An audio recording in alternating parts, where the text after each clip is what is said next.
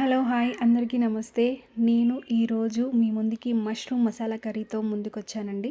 ఈ మష్రూమ్స్లో చాలా D vitamin and antioxidants and immunity power కూడా చాలా ఉంటుంది. సో వీక్లీ వన్స్ ఇవి ఇంట్లో ట్రై చేస్తే బెటర్ అండి. కర్రీ లాగా తీసుకుంటే మంచిది హెల్త్కి. సో ఇవి మష్రూమ్స్ అనేవి దానిపైన చాలా లైట్గా ఒక పొర అనేది ఉంటుంది. ఆ పొర మొత్తం తీసేసి 2 భాగాలుగా చేయాలండి. చేసిన తర్వాత ఒక గిన్నెలోకి తీసుకొని దాంట్లో కొంచెం సాల్ట్ వేసుకొని వాటర్ పోసుకొని నీట్గా కడుక్కోవాలి. కడిగిన తర్వాత ఆ కడిగిన వాటిని పక్కన పెట్టుకొని మళ్ళీ ఇంకొకసారి వాటర్ పోసి కొంచెం సాల్ట్ వేసి అట్లా పెట్టాలి. పెట్టిన తర్వాత నెక్స్ట్ ఒక ప్యాన్ తీసుకొని దాంట్లో కొంచెం ఆయిల్ వేసి తగినంత అవి వేయించుకోవడానికి కొంచెం ఆయిల్ వేసి వేపాలండి. గోల్డెన్ కలర్లో రావాల్సిన అవసరం లేదు, జస్ట్ పచ్చివాసన పోయేంత వరకు వేయించాలి. వేయించిన తర్వాత ఆలోపు మనం ఒక 2-3 ఆనియన్స్ తీసుకొని కట్ చేసుకుందాం చిన్న చిన్న ముక్కలుగా. ఆలోపు ఇవి కూడా వేగాయో లేదో ఒకసారి చూసుకుందాము. చూసుకుంటే కనుక అవి వేగిపోయాయి. సో అవి ఒక ప్లేట్లోకి తీసుకుందాము.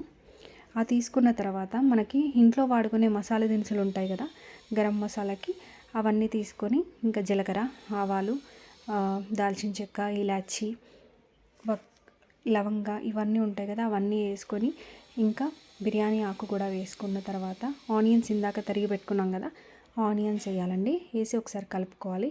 కలుపుకున్న తర్వాత దానిపైన మూత పెట్టుకొని కొద్దిసేపు అయినాక తీసేసి అల్లం వెల్లుల్లి పేస్ట్ వేద్దాము. వేసిన తర్వాత ఒక 4 టమాటోస్ తీసుకొని కట్ చేసుకొని పేస్ట్ చేసుకోవాలి. ఇంకా పల్లీలు చూపించాను కదా, ఆ పల్లీలు ఆప్షనల్ అండి. పల్లీలు కాకుండా కాజు తీసుకుంటే చాలా బాగుంటుంది. సో మీరు కాజుయే ట్రై చేయండి. కాజు తీసుకొని కాజు కొంచెం వేయించుకొని దాంట్లో మిక్సీ పట్టేయండి. ఈ టమాటో అండ్ కాజు మిక్సీ పట్టిన మసాలా దాంట్లో వేసేసి నీట్గా ఒకసారి కలుపుకోండి. కలిపిన తర్వాత ఉప్పు కారం మనం ఇంట్లో ఎంత వేసుకుంటామో అంత ఉప్పు కారం వేసేసి మూత పెట్టేసుకోండి.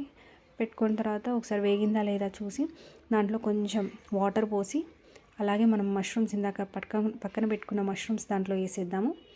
వేసిన తర్వాత కొంచెం సేపు ఆగి మూత తీసినట్టయితే అది దాంట్లో ఆయిల్ పైకి స్ప్రెడ్ అవుతూ ఉంటుంది. సో మనకి మష్రూమ్ కర్రీ రెడీ అయినట్టే. దాంట్లో ఏంటంటే మసాలా వేసేసి కొత్తిమీర వేసేసి గార్నిష్ చేద్దాము. నోరూరించే మష్రూమ్ మసాలా కర్రీ రెడీ అండి.